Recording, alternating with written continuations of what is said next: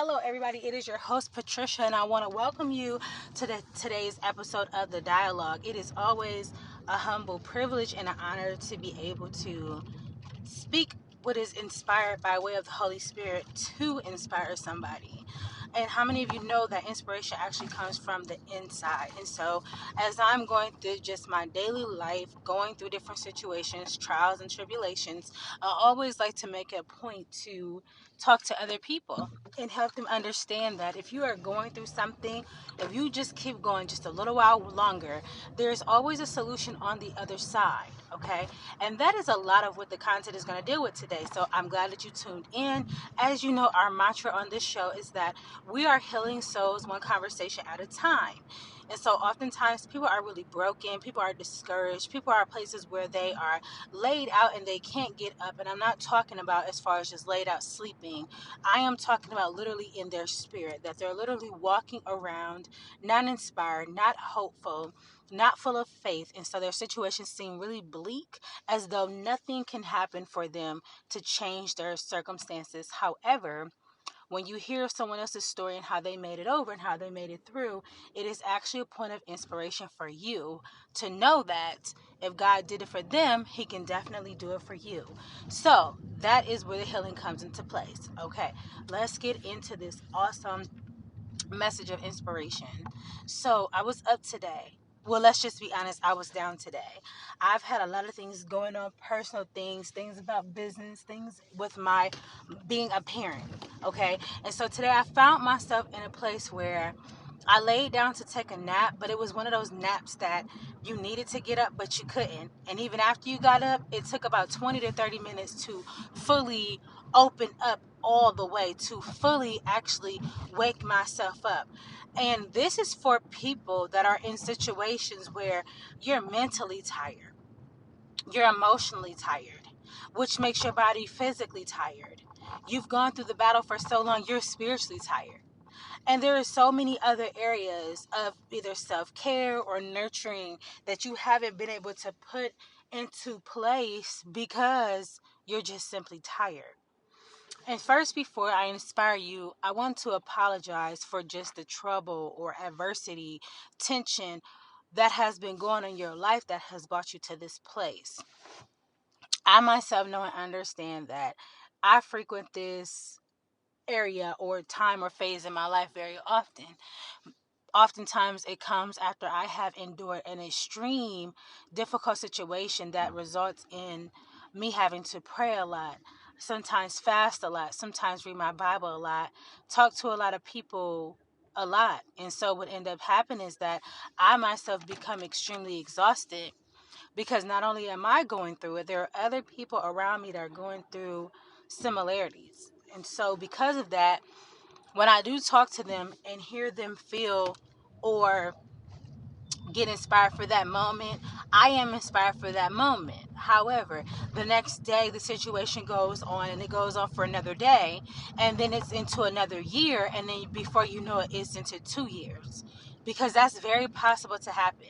You can go through something that lasts for a year or 2 years or however long, and you find yourself not even wanting to deal with the situation anymore, you know. And so today's title, and I know it took me a long time to get to it because I wanted to set some context for understanding. I really believe that when they came up with that title about fake it till you make it, I don't look at it so much as faking it until you make it. I look at it that you have faith until you make it. As we know, faith is the substance of things hoped for, the evidence of things not seen. Faith is about assurance that you know that you know that you know inside your being, inside your heart, inside your overall makeup as a person, that your situation, though it looks very bleak, though it looks like you are just at your wits' end, you know that something is going to turn around for you. Something is going to change. The problem many of us face is that when it has taken a long time, when we run out of resources, when the people around us are not able to perform and do what they say, it leaves us at a, I don't know what to do, especially when you're tired. And oftentimes, if you are like myself, You will always try to put your hand in the situation to work it out and fix it.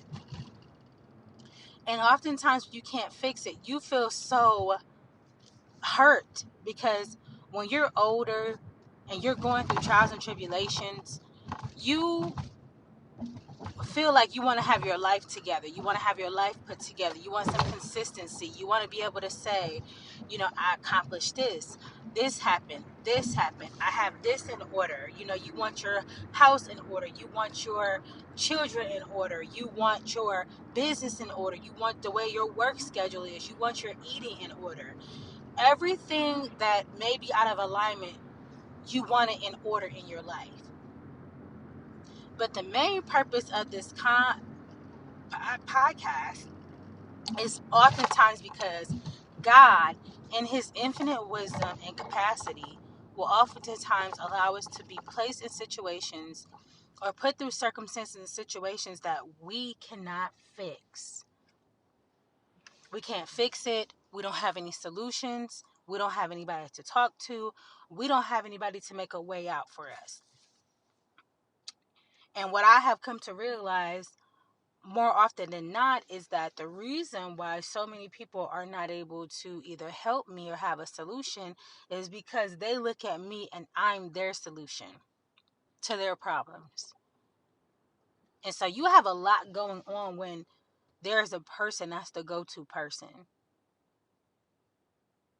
I think a lot of times people feel such security and happiness when they have someone to go to talk to about their problems, or someone that can give them a solution for their problems.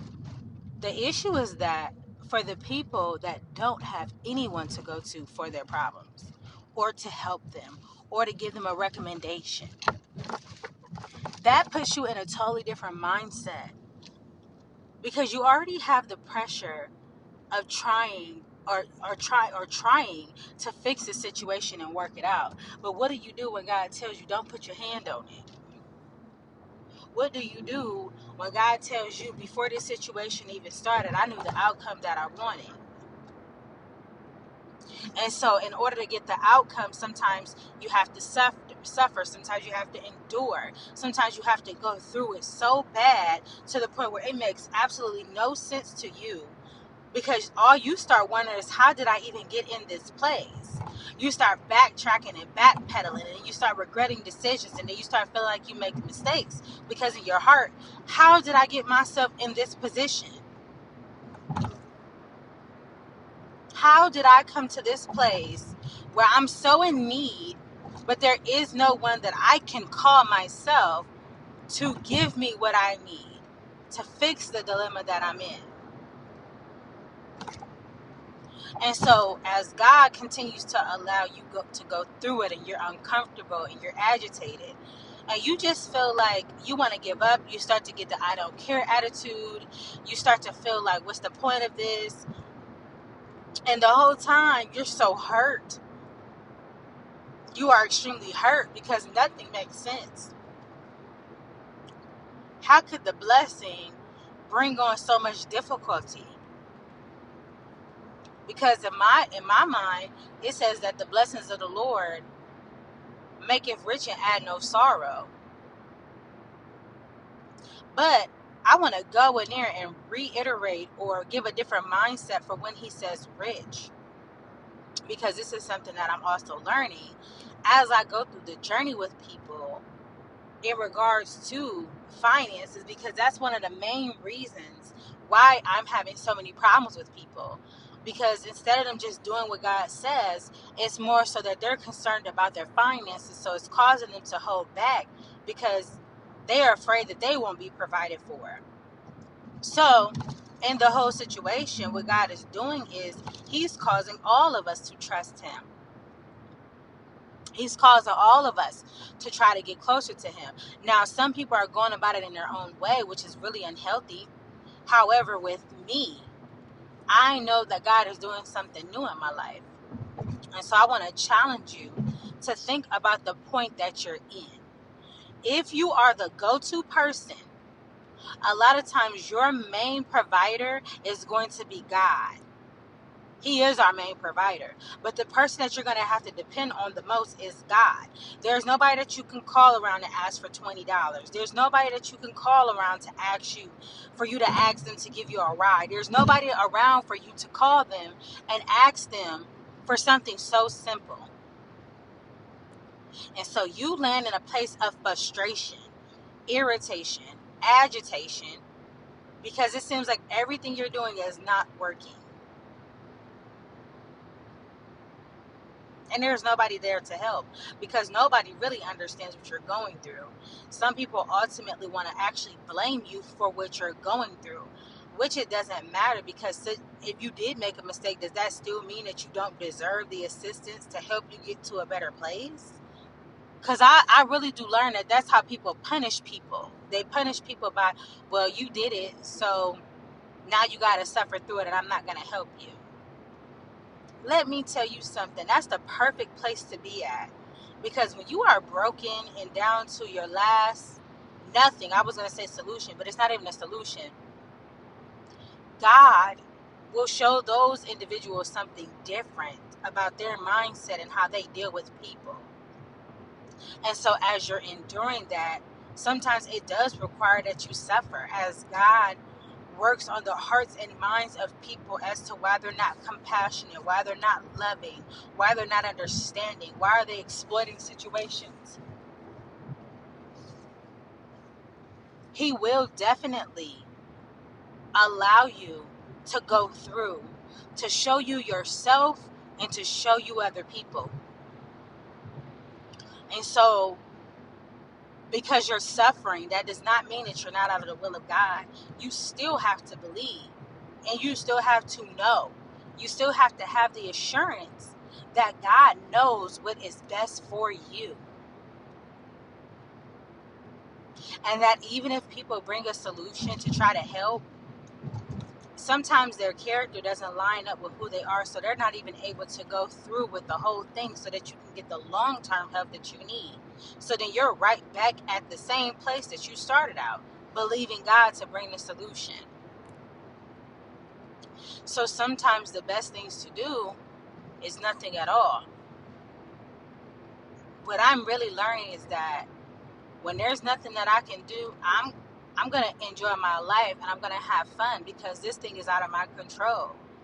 There is nothing that I can do. So I'm going to go and do something to nourish my soul, because as I've sat and I've tried to think through this situation, bring a positive outcome out of the situation, nothing is changing. So I might as well change myself.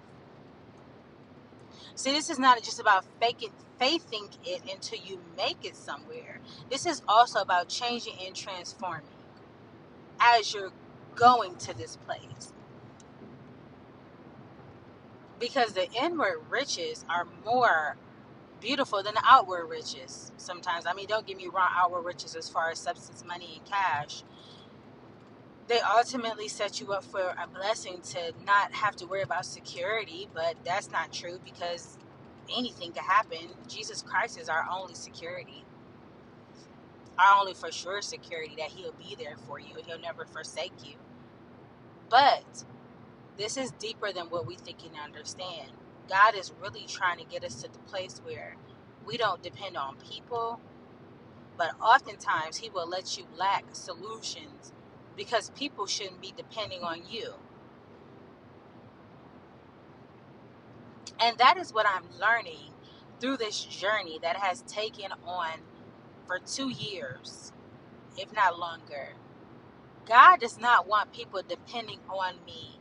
He does not want people weighing on me. He does not want, when people need help or assistance, the main person that they come to is me and or you, more than they go to God. So sometimes what God will do is he will strip you of something, meaning you may not have a lot of time anymore to sit, talk, and be around your friends, because he has your mind in a central place focused on something, so that they can go to him. They can start to pray and spend time with him. They can get in their Bible and seek him for their solution, not you. Because ultimately, you're already tired and mentally depleted. So you really don't have anything to give them. You don't have anything to give them, but God does. His fuel tank never runs dry. Ours do. He's on a reservoir of abundance. We're not. I mean, we can, but people can really drain you. And so as you suffer, because the same thing that you would do for another person, they won't do for you. God uses that to deal with their hearts, but he also shows you that you have put yourself in a place to be there for everybody, and nobody is there for you.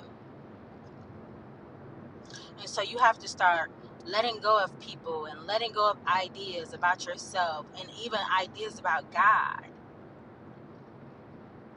When you're faithing it, oftentimes God is aiming at to get something from you, to give you something. I can't say what your journey is that he's trying to take from you, what he's trying to pull out of you, but I definitely am getting the understanding of what he's trying to show me about myself. And that ultimately is what it takes. It takes you to have to sit down, to have to ask God, what are you trying to show me through this? Because you're not giving me what I want at this moment. But he is giving you what you need. Maybe you need clarity. Maybe you need different friendships. Maybe you need a different perspective on life. Maybe you need a different perspective about yourself. But I will tell you this, it always works together for the good. It always works together for the good. When you are suffering, but when you are in Christ, it will always work together for the good. And so, yes, you may not have the solution that you want. Things may be a little bit weird or awkward right now. You may be severely disappointed with some of the people because they're not doing what you would like them to do because they really don't have the capacity to do it. And you cry out and you cry out and you cry out, Lord, where are the people? Because you're always there for everybody else. So not only is God stripping you from being there for people so much that they drain you, he's also showing you that you matter, that what's going on with you matters. Oftentimes suffering really is difficult because we feel like a person can stop our suffering. And so we look around and see that these people are deliberately not trying to help or do anything to make our lives easier, and that causes suffering. But I want to help you today. Maybe I can help you get to your solution a little bit faster. Your suffering is because you expect for people around you to do, give, or be what God wants to be to you. And that is why you have to faith it. Because you're believing in God to bring the solution. You are not believing in people. Because people will disappoint you. People will require more from you than they're able to give. People will see you suffering in a worse position than them. But they want you not necessarily to feel sorry for them, but do more for them. But you don't have anybody doing anything for you. Sometimes humility can be misconstrued because you help other people and look at other people so much you don't even take into account yourself ever or at all. Could that be the balance that God is trying to be? Yes, you're gifted. Yes, you can help, but you don't always have to, because some people should be able to help themselves. They're able to do that if they lean on Jesus Christ, which is ultimately what we all should be doing. So today, you having to faith it has nothing to do with other people. You're believing in God to bring your answer, to bring your solution, to bring your help, not other people. And so I just wanted to encourage you to help you understand that. The position that you're in a perfect position because God is not able to not help you. He is able to help you. We have to go to him no matter the time, wait for him to bring the solution that he sees best, learn the lesson, and then rejoice in his goodness. So, thank you so much, everybody, for tuning in to today's episode of The Dialogue. We are talking about faith it until you make it. Continue to believe and have hope in Jesus Christ. He knows what you're going through and what you're enduring. And we are healing souls one conversation at a time. Thank you so much and enjoy the rest of your evening. Bye.